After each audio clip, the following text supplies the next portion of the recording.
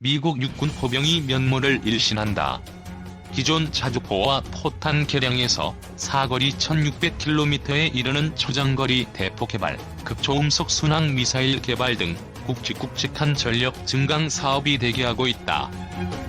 자주포 보신 개량만 떼어놓고 보면 55년 만의 대변혁이다. 미 육군의 변신 노력은 중국과 러시아를 견제하기 위한 것이다. 지난 1990년대 초반 이후 미군의 주전장은 이라크나 아프가니스탄 사막이나 산악지대, 미군이 이라크 등지에 늪에 빠져있는 동안 중국과 러시아는 재래식 군비를 가다듬었다. 복수의 적과 여러 상황에서 맞붙을 수 있는 다영역 작전 환경에서 더 이상 포병 화력 전력 강화를 미룰 수 없다는 인식이 깔려있다. 마크 밀리 미 육군 참모총장이 지난해에 언급한 포병 화력 정예화를 본격적으로 시작하는 분위기다. 끈질기게 살아남은 M109 대폭 개량 추진 미 육군이 현재 사용하는 M109 시리즈가 처음 나온 시기는 1963년. 물론 그동안 꾸준한 개량을 거치며 M109A7까지 등장했다. 가장 최신형인 M109A7의 가장 큰 식별점은 차체 M2 브래들리 전투 장갑차의 차례를 썼다. 임무 컴퓨터와 송수신 장비들까지 개량해 더 이상 M109 시리즈를 고칠 수는 없다는 일부 평가도 나왔지만 미군은 이를 또 개량할 예정이다. 이번에는 포신 교체가 유력하다. 현재 구경장 39인 포신을 58구경장으로 변경하는 안이 검토되고 있다. 한국의 K9이나 독일의 PZH-2000 등 세계 인류급 자주 곡사포의 52구경장 화포보다 길다.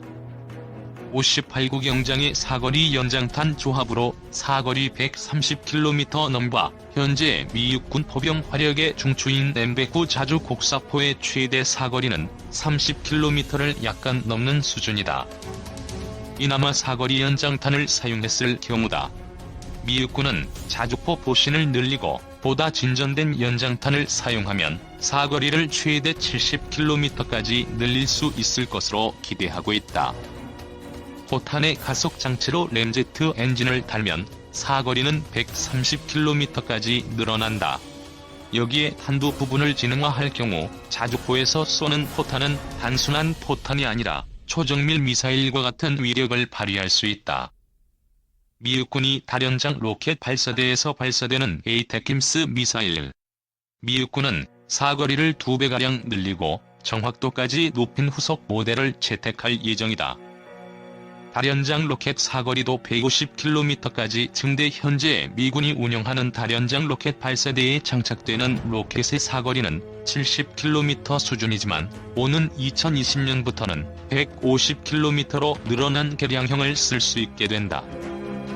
다련장의 로켓과 조합으로 탑재되는 에이테킴스 미사일의 사거리도 지금의 300km에서 499km까지 늘릴 생각이다. 더욱이 사거리를 더욱 늘릴 수도 있다. 미국과 소련이 1987년 체결한 중거리 핵전력 포기 협정에 따라 사거리 500에서 5500km의 중단거리 탄도미사일 생산과 실험, 배치를 금지하는 조항에 영향받아 공표 사거리를 500km로 조절할 가능성이 짙다. 도널드 트럼프 미 대통령이 최근 며칠 동안 중거리 핵전력 조약 파기를 지속적으로 요구하는 것도 미 육군에 채워진 족쇄를 풀고 마음껏 기술을 동원해 장거리 투사무기를 만들겠다는 의지로 읽힌다. 사거리 1000km 전략형 전술무기. 2020년대 후반 등장 미 육군은 다영역에서 적을 선제 공격하는 용도로 장거리 전략대포 연구에도 일찌감치 들어섰다. 하지만 공기의 저항이나 중력을 이겨낼 대포를 제작할 수 있을지는 의문이다. 초장거리 전략대포의 형태와 작동 방식에 대해서는 아직 알려진 게 많지 않다. 초장거리 대포는 기존의 M109 자주포보다 규모와 포신과 포구의 직경이 다소 늘어날 것이라는 소식만 들었다. 2253km의 사거리를 가진 극초음속 미사일도 주목할 대상이다. 사정거리가 1000km를 넘어가는 이종의 신무기 체계는 늦어도 2020년대 후반의 모습을 드러낼 것으로 전망된다. 전술부대에 배치될 이들 무기는 전략형 전술 무기로 다영역 전투에서 선제 공격 수단이 될 것으로 보인다. 중국, 러시아 견제 군사적 긴장 점증 우려. 미육군 포병이 일대 혁신을 추진하는 것은 중국이나 러시아와 직접 겨루게 될지 모르는 상황에 대비하기 위해서다. 중국이 다른 해양 세력의 접근을 막기 위해 채택한 반접근 지역 거부 전략이나 러시아가 세계 최고라고 자랑하는 S-500 항공만도 미육군의 이 같은 포병 화력이라면 쉽게 무력화할 수 있다. 더욱이 미국의 INF 탈퇴를 놓고 미국과 러시아, 중국 간에 서로 물고 물리는 긴장이 고조되고 있다는 점에서 새로운 무기 개발 경쟁이 벌어질 가능성이 보다 짙어졌다고 할 수 있다. 육상의 이동형 거포로는 유일하게 실전 기록을 가진 카를 구스타프 열차포를 아돌프 히틀러를 비롯한 나치 독일 수뇌부가 지켜보고 있다. 낯설지 않는 초장거리 대포. 프랑스 소설가 줄 베르는 1865년에 발표된 지구에서 달까지라는 소설에서 거대한 대포로 로켓을 발사해 달을 여행하는 모습을 그렸다. 나폴레옹 전쟁 직후 러시아는 실전에서 써보지도 못한 초대형 화포를 제작한 적이 있다. 2차 세계대전 당시 나치 독일은 구경이 800mm에 이르는 거포를 제작해 실전에 몇 차례 사용했다. 미국도 구경 913mm짜리 대구경 박격포를 개발했지만 실전에는 투입하지 않았다. 전후의 초장거리포 제작 스토리는 더욱 극적이다. 캐나다 태생인 제럴드 빈센트 불 박사가 주인공이다. 공기역학과 탄도의 움직임에 대한 천재성을 인정받아 미국으로 영입된 그는 대포 발사 우주 운반체 실험에 주도적으로 참여해 1960년대 초에는 퇴역한 해군 전함에서 떼어낸 16인치 함포로 포탄을 160km 상공으로 보내는 계가를 올렸다. 불 박사는 다른 연구로 미 해군 구축함 함포의 사거리를 늘리는 프로젝트에도 영향을 미쳤다. 그러나 미국 정부가 베트남 전쟁 비용을 대느라 연구 예산 지원을 중단하며 불 박사는 인생의 전기를 맞았다. 세계 각국의 러브콜을 받은 그가 최종적으로 안착한 곳은 이라크.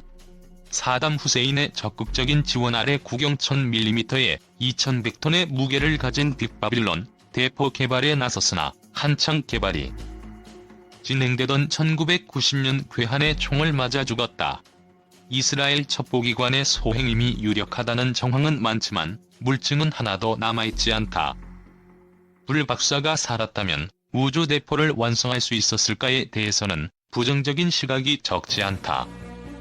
실전 기록이 있는 유일한 초대형 대포인 나치의 카를 구스타프는 움직이려면 철도를 새로 깔아야 했고 조작 포병 250명, 철도 관계자 2,500에 완편된 2개 대공포대대가 필요했다. 최대 사거리 47km였던 카를 구스타프는 낭비의 극치라는 평가가 따라다닌다.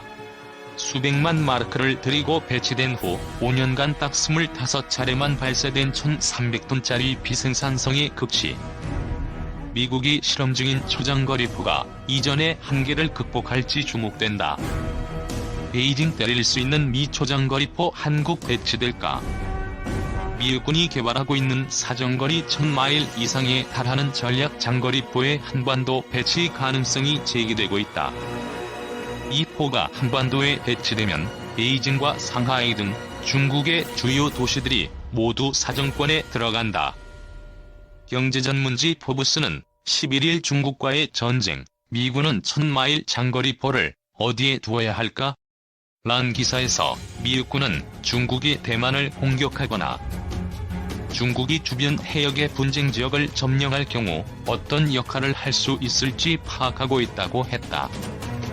그동안 중국과의 분쟁은 해상에서 발생할 가능성이 높아 육군의 역할은 미중이 전면전이 붙지 않는 한 제한적으로 여겨졌다. 그러나 육군이 개발하고 있는 사정거리 1000마일에 달하는 전략 장거리포가 배치될 경우 얘기가 달라진다. 육군이 멀리 떨어진 중국의 비행장 등을 직접 타격할 수 있는 것이다. 포브스는 한국, 일본, 필리핀을 미국의 포병 부대를 배치할 잠재 지역으로 거론하면서도 이들 지역이 포병을 유치하고 싶어 한다는 보장은 없다고 했다. 중국과의 충돌을 우려해 배치를 반대할 수 있다는 것이다. 그러면서 대안으로 중국의 공격에 매우 취약하지만 중국 주변 해역의 섬들에 이거대한 포를 몰래 배치하는 방안을 거론했다. 한국이 배치 장소로 거론되는 이유는 랜드 연구소가 지난 2019년 펴낸 보고서의 지도를 보면 알 수 있다. 랜드 연구소는 한국과 일본, 필리핀 등에 750마일 사정거리의 포나 미사일을 배치했을 경우를 가정했다. 한국에 설치하면 베이징부터 상하이까지 모두 사정거리에 들어오고 일본 남부에 설치할 경우엔 상하이가 사정거리에 들어오지만 중국 동부 연안 일부 지역만 사정거리가 된다. 필리핀 북부에 설치할 경우엔 홍콩 등 중국 남부 지역이 사정권이 된다. 결국 한국이 중국 핵심부를 타격하기 가장 좋은 위치인 것이다. 올 초 트위터 등에는 미육군 미래사령부에서 개발 중인 1000마일 사정거리의 거대 포의 사진이 돌기도 했다. 포는 거대한 군용 트럭이 끌고 다닐 수 있도록 설계됐고 개발 지침서로 보이는 문서에는 8명의 포병이 포를 운영하고 배나 비행기로도 운송이 가능해야 한다고 쓰여져 있었다. 미군사 전문지들은 이 장거리 전략포가 2023년까지는 시제품이 나와 실제 테스트에 들어갈 것이라고 보도했다.